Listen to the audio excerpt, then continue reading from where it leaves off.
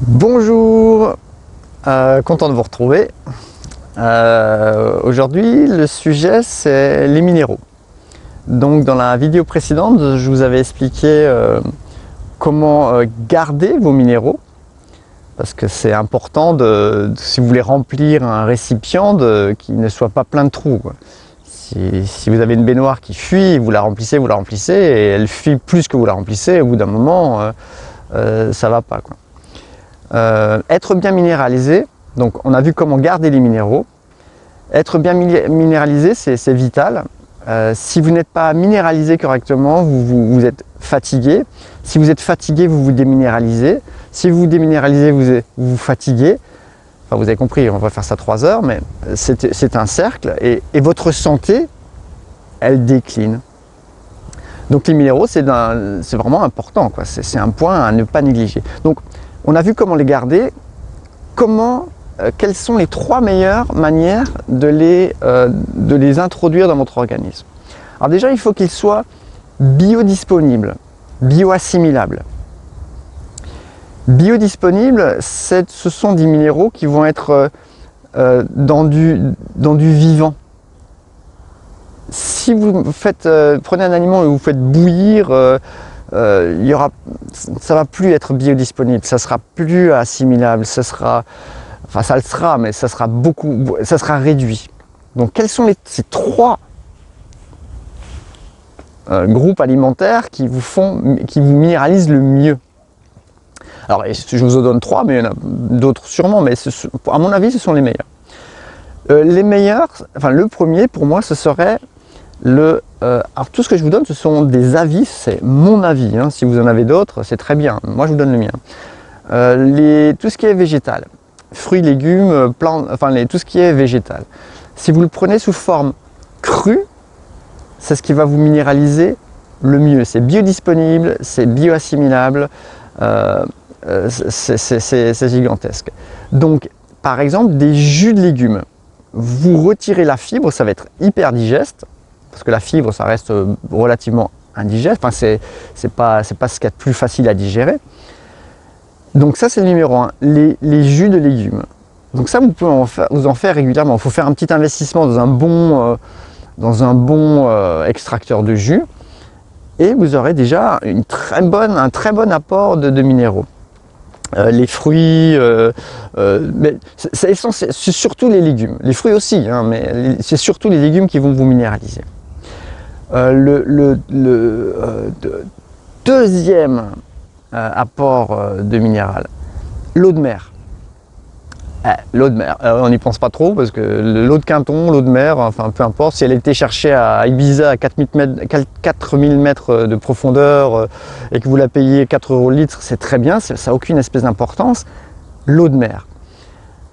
Si vous allez vous promener au bord de la mer régulièrement, ramenez une bouteille. Si possible dans un endroit où elle est plutôt propre, elle est bien remuée sur l'Atlantique, en Bretagne, et c'est peut-être un meilleur endroit que dans le port d'une grande ville, quoi. Donc essayez de ramener de l'eau de mer et vous en buvez. Alors attention, vous allez la boire, ce qu'on appelle à l'isotonique, c'est-à-dire que vous allez la diluer. Vous allez prendre 1 tiers d'eau de mer et vous allez la diluer dans 2 tiers d'eau douce, d'accord? On appelle ça à l'isotonique. Quand c'est pur, c'est hypertonique, eau de mer pure, et à l'isotonique, c'est donc dilué à 1 tiers. Et ça a l'avantage de correspondre au même niveau que les minéraux qui sont dans votre sang. C'est-à-dire que quand vous buvez beaucoup d'eau salée, à 1 tiers, vous ne fatiguez pas vous ne perturbez pas la dilution de votre sang. Parce que quand vous buvez beaucoup d'eau pure, donc sans sel, votre organisme est obligé de rétablir le niveau du sang. Parce que l'eau va relativement rapidement aller dans le sang. Et votre sang va être obligé d'aller chercher des minéraux pour remettre à niveau l'isotonie du sang. Donc si vous prenez déjà de l'eau salée, l'eau de mer, il n'y a pas de souci. Mais ça, c'est peut-être un autre sujet de vidéo. Donc l'eau de mer, donc on a les jus de légumes, l'eau de mer, et le troisième, la viande. Mon Dieu, la viande. Et j'ai jamais dit qu'il fallait pas manger de viande, hein. La viande, c'est-à-dire, vous allez prendre de la viande crue, séchée, d'animaux qui viennent d'un élevage qui a été respectueux, tout simplement. Les animaux sont bien minéralisés, ils ont été bien nourris. C'est toujours pareil, si vous prenez un animal ou un légume qui a poussé dans un endroit qui n'est pas minéralisé, votre légume, il ne sera pas minéralisé. Vous mangerez quelque chose de vide en quelque sorte. Donc de la viande séchée, de bonne qualité. Alors vous n'êtes pas obligé d'en manger 3 tonnes, hein. Vous en mangez un petit peu de temps en temps, une fois par semaine. C'est un très bon un moyen de se minéraliser. Mais encore une fois, il y a un peu de vent là. Encore une fois,